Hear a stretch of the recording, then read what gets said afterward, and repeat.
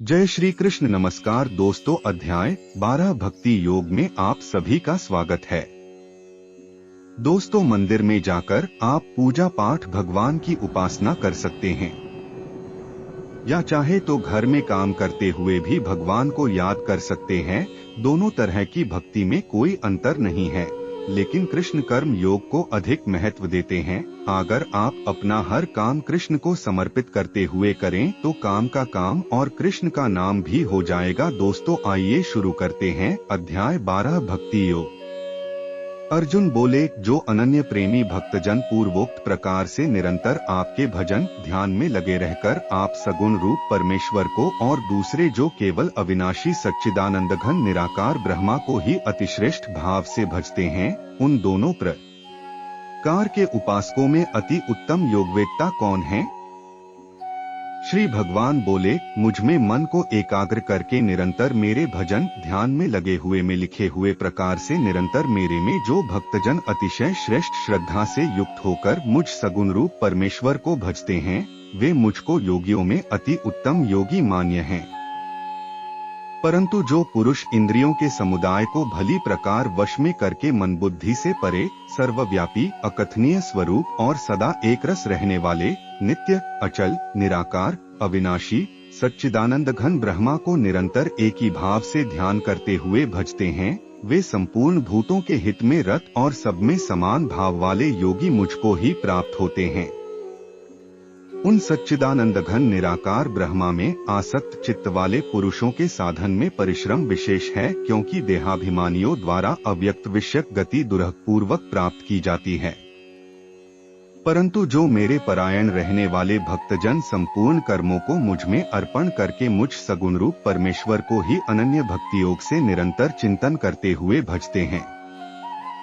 हे अर्जुन, उन मुझ में चित्त लगाने वाले प्रेमी भक्तों का मैं शीघ्र ही मृत्यु रूप संसार समुद्र से उद्धार करने वाला होता हूँ। मुझ में मन को लगा और मुझ में ही बुद्धि को लगा, इसके उपरांत तू मुझ में ही निवास करेगा, इसमें कुछ भी संशय नहीं है। यदि तू मन को मुझ में अचल स्थापन करने के लिए समर्थ नहीं है तो हे अर्जुन, अभ्यास रूप भगवान के नाम और गुणों का श्रवण कीर्तन मनन तथा श्वास द्वारा जप और भगवत प्राप्ति विषयक शास्त्रों का पठन पाठन इत्यादि चेष्टाएं भगवत प्राप्ति के लिए बारंबार करने का नाम अभ्यास है। योग द्वारा मुझको प्राप्त होने के लिए इच्छा कर। यदि तू उपर्युक्त अभ्यास में भी असमर्थ है तो केवल मेरे लिए कर्म करने के ही परायण स्वार्थ को त्याग कर तथा परमेश्वर को ही परम आश्रय और परम गति समझकर निष्काम प्रेम भाव से सती शिरोमणि पतिव्रता स्त्री की भांति मन वाणी और शरीर द्वारा परमेश्वर के ही लिए यज्ञ दान और तपादि संपूर्ण कर्तव्य कर्मों के करने का नाम भगवदर्थ कर्म करने के परायण होना है, हो जा। इस प्रकार मेरे निमित्त कर्मों को करता हुआ भी मेरी प्राप्ति रूप सिद्धि को ही प्राप्त होगा। यदि मेरी प्राप्ति रूप योग के आश्रित होकर उपर्युक्त साधन को करने में भी तू असमर्थ है तो मन बुद्धि आदि पर विजय प्राप्त करने वाला होकर सब कर्मों के फल का त्याग कर। मर्म को न जानकर किए हुए अभ्यास से ज्ञान श्रेष्ठ है, ज्ञान से मुझ परमेश्वर के स्वरूप का ध्यान श्रेष्ठ है, और ध्यान से सब कर्मों के फल का त्याग केवल भगवदर्थ कर्म करने वाले पुरुष का भगवान में प्रेम और श्रद्धा तथा भगवान का चिंतन भी बना रहता है। इसलिए ध्यान से कर्मफल का त्याग श्रेष्ठ कहा है। श्रेष्ठ है क्योंकि त्याग से तत्काल ही परम शांति होती है।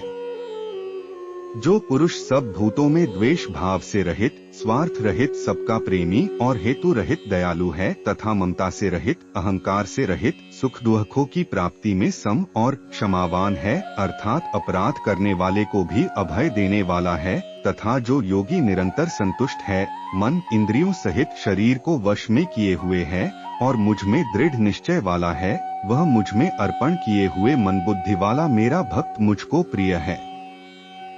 जिससे कोई भी जीव उद्वेग को प्राप्त नहीं होता और जो स्वयं भी किसी जीव से उद्वेग को प्राप्त नहीं होता, तथा जो हर्ष अमर्ष दूसरे की उन्नति को देखकर संताप होने का नाम अमर्ष है, भय और उद्वेग आदि से रहित है, वह भक्त मुझको प्रिय है। जो पुरुष आकांक्षा से रहित बाहर भीतर से शुद्ध चतुर पक्षपात से रहित और दुहखों से छूटा हुआ है, वह सब आरंभों का त्यागी मेरा भक्त मुझको प्रिय है। जो न कभी हर्षित होता है, न द्वेष करता है, न शोक करता है, न कामना करता है, तथा जो शुभ और अशुभ संपूर्ण कर्मों का त्यागी है, वह भक्तियुक्त पुरुष मुझको प्रिय है। जो शत्रु मित्र में और मान अपमान में सम है, तथा सर्दी गर्मी और सुख दुख आदि द्वंद्वों में सम है और आसक्ति से रहित है। जो निंदा स्तुति को समान समझने वाला, मननशील और जिस किसी प्रकार से भी शरीर का निर्वाह होने में सदा ही संतुष्ट है और रहने के स्थान में ममता और आसक्ति से रहित है, वह स्थिर बुद्धि भक्तिमान पुरुष मुझको प्रिय है। परंतु जो श्रद्धायुक्त वेद, शास्त्र, महात्मा और गुरुजनों के तथा परमेश्वर के वचनों में प्रत्यक्ष के सदृश विश्वास का नाम श्रद्धा है, पुरुष मेरे परायण होकर इस ऊपर कहे हुए धर्ममय अमृत को निष्काम प्रेम भाव से सेवन करते हैं, वे भक्त मुझको अतिशय प्रिय हैं।